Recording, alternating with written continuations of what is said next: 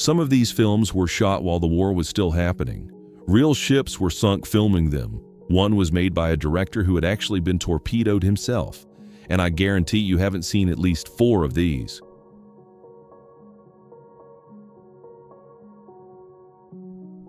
This one came out in 1943, which means they made it while the war was still happening.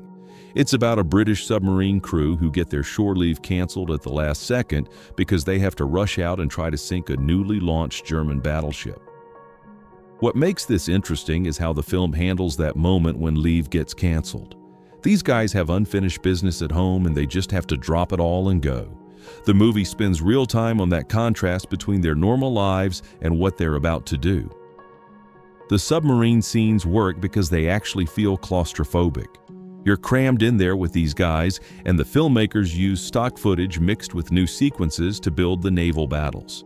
For a movie made in 1943, it holds up surprisingly well.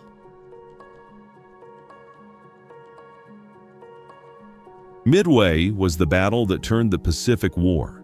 The Japanese were trying to take out the U.S. aircraft carriers that escaped Pearl Harbor, and the U.S. managed to ambush them instead. 4 Japanese carriers went down, losses they couldn't replace. The 1976 version with Charlton Heston and Henry Fonda is the classic one. It's an old-school epic that captures not just what happened, but what it felt like to be there. There's also a 2019 version, and honestly, it's not bad if you can handle the heavy CGI. Sometimes it looks a little too much like a video game, like World of Warships came to life, but it tells the story well enough. When the Bismarck launched, it was one of the most powerful battleships in the world. The British Navy in the Atlantic wasn't ready for it.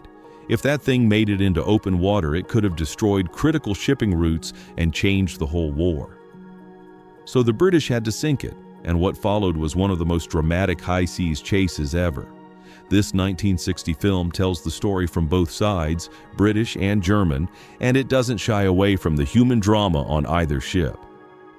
They use stock footage, live action shots, and models to create the battles, and somehow it all works. You get a sense of the scale and the stakes without it feeling fake. There's no way to capture the full scope of the Second World War in one movie, so a lot of filmmakers focused on a single unit instead. Follow one group of guys through the whole thing, see the war through their eyes.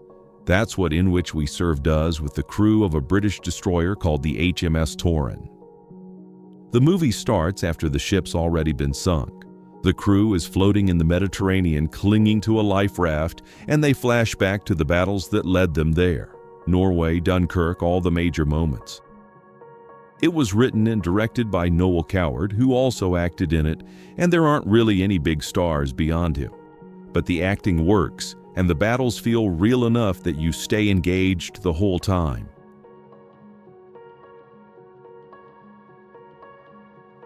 Submarines are pressure cookers. You're stuck in a tiny metal tube with the same guys for weeks, and any tension between you just builds and builds. Add in the fact that you're fighting battles where one mistake kills everyone, and you've got great movie material. This one stars Clark Gable as a commander who's obsessed with getting revenge on the Japanese after they sank his previous ship. Burt Lancaster plays his lieutenant who thinks he should have gotten the command instead of Gable. So you've got a power struggle happening inside the submarine while they're trying to fight the war outside.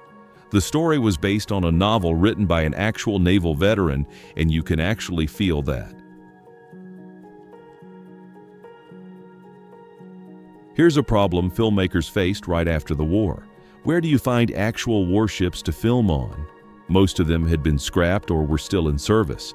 The producers of The Cruel Sea solved this by buying the last surviving wartime corvette, just bought the whole ship.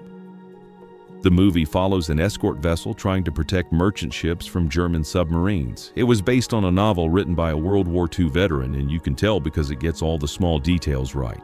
The inexperienced crews who barely knew what they were doing at first. The divide between the officers and the regular sailors, and the impossible choices captains had to make when they were trying to keep their ships alive. There's this authenticity to it that comes from using an actual wartime ship and having someone who lived through it write the story. This one's about the cat and mouse game between a destroyer and a submarine. Robert Mitchum plays the American destroyer captain and Kurt Jürgens plays the German submarine commander.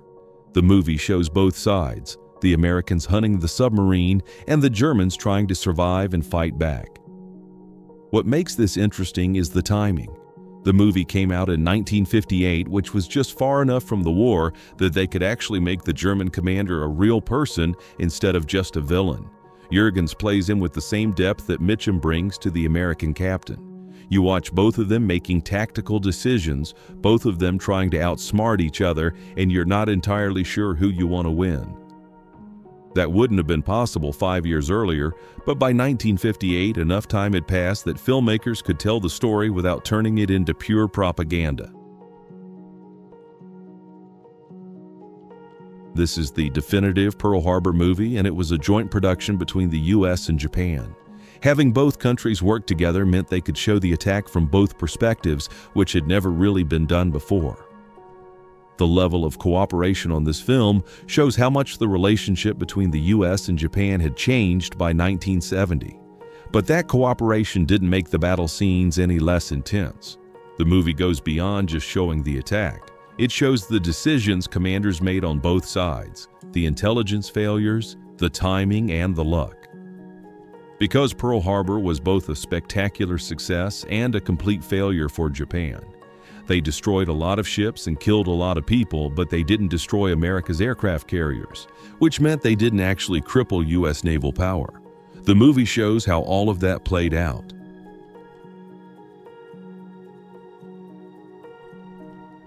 Christopher Nolan made a war movie using the same techniques he used for science fiction. In Interstellar, he'd been playing with how time works, showing it from different perspectives. He brought that same approach to Dunkirk. The movie follows 3 different timelines, one on land over a week, one on the sea over a day, one in the air over an hour, and it weaves them together into a single narrative. It sounds complicated, but it works because it lets you see how different parts of the evacuation happened at different speeds. And what the movie really captures is how Dunkirk went from being a disaster, the British Army trapped on a beach with nowhere to go, into something that felt like a victory. The Navy's response, all those civilian boats showing up to help, it turned a defeat into this moment of defiance. Nolan found a way to show that through just a handful of characters. Calling the boat epic seems weird because most of it takes place inside a German submarine that's only a couple hundred feet long and 30 feet tall, but the emotional scale of this movie is huge. You're stuck in that submarine with the crew for the entire film, going through everything they go through. The extreme boredom of patrol duty, the cramped conditions where you can barely move, the filth that builds up because there's nowhere to properly clean anything, and the absolute terror of being attacked with depth charges while you're trapped underwater. The original cut was 2.5 hours. The director's cut is 3.5 hours. Watching it is genuinely grueling. You feel exhausted by the end of it. But that's kind of the point. You're supposed to feel what it was like to crew one of those submarines. It's worth experiencing at least once. Just once, though.